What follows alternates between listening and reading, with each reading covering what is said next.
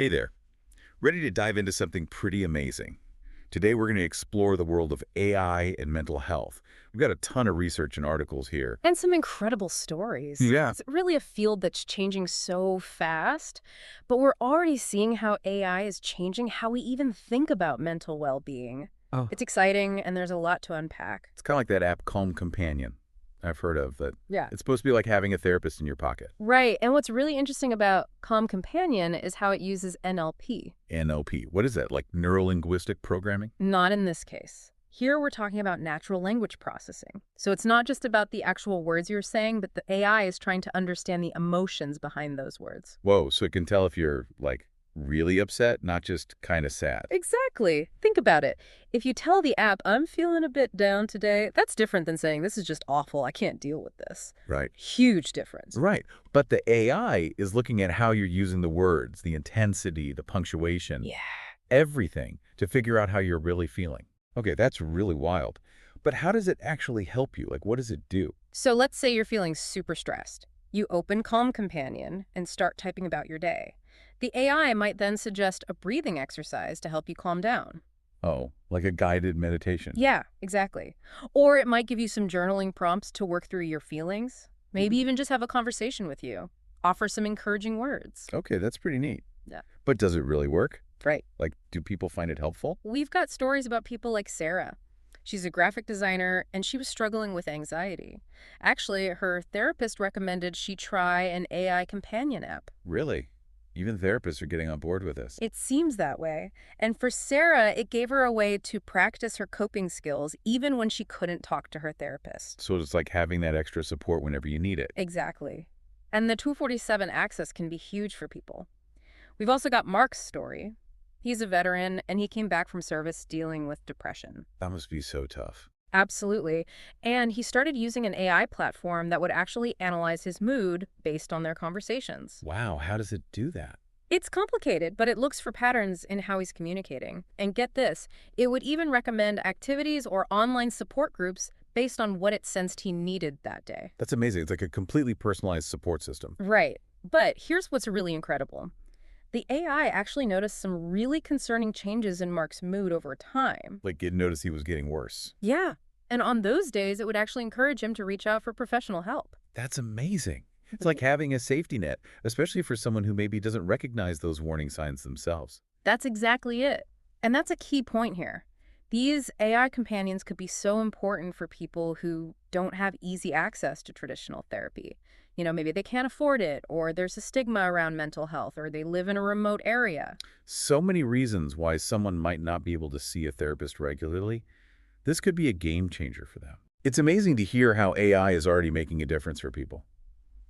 I mean, these stories are just the beginning, right? Yeah, really just scratching the surface here. So what else is out there? What about this idea of AI actually predicting mental health issues, like before they get really serious? That's one of the most exciting areas of research right now. Imagine AI looking at your sleep patterns, your exercise routine, even your social media activity. Wait, social media too? You mean like what we post online can tell us something about our mental health? You got it. Our digital footprint can actually reveal a lot about how we're doing. And AI is getting really good at analyzing those patterns. Looking for subtle changes, that might be a warning sign. So let me get this straight. Yep. If someone starts posting less often or their language becomes more negative, the AI might pick up on that as a red flag. Exactly. And it's not just about what we post, it's also how we're interacting online.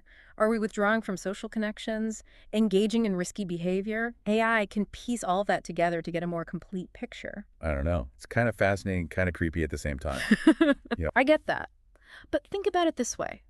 What if this technology could actually help us identify people who are struggling silently? People who maybe don't even realize they need help or are too afraid to ask for it. That's a good point. It's about using this technology to reach out to people before things get really bad. Exactly. Early intervention can make all the difference when it comes to mental health. The sooner we can identify and address potential issues, the better the outcome is likely to be. This is all really promising, but I'm also curious to know what therapists think about all this. I mean, I imagine there are some mixed feelings about AI coming into their world. That's a great point. Yeah. Anytime you have a new technology that's disrupting a traditional field, you're going to have some growing pains and definitely some valid concerns. Like what kind of concerns? What are therapists worried about? Well, one of the biggest ones is that people might see AI as a replacement for human therapists. Which it's not.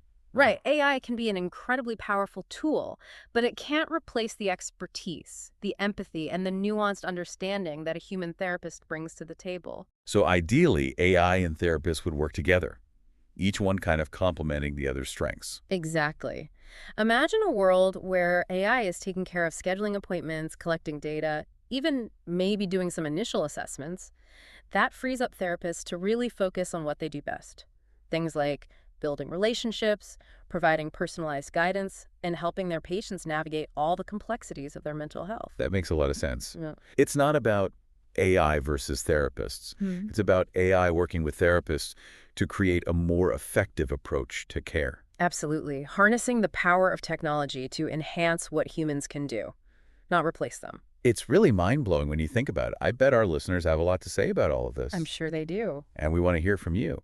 If you're listening and you have thoughts or stories about AI and mental health, share them with us using hashtag AI stories. We might even feature some of them in a future episode. We've talked a lot about the potential here, but we have to remember technology is just a tool, right? It is. It all comes down to how we use it. Exactly.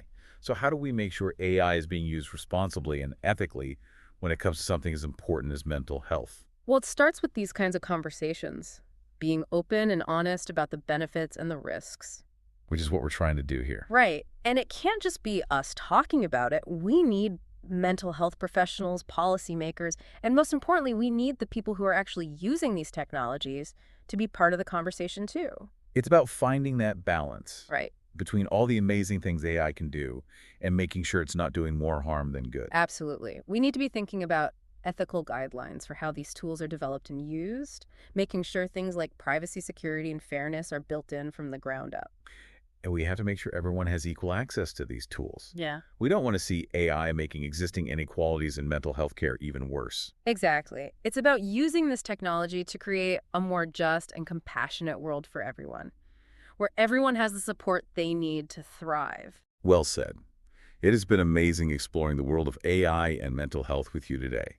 What a fascinating topic. It really has, and this is a conversation that I hope will keep going. I do too. To all our listeners out there, thanks for joining us on this journey. Keep those questions coming, and as always, take care of yourselves. We'll see you next time.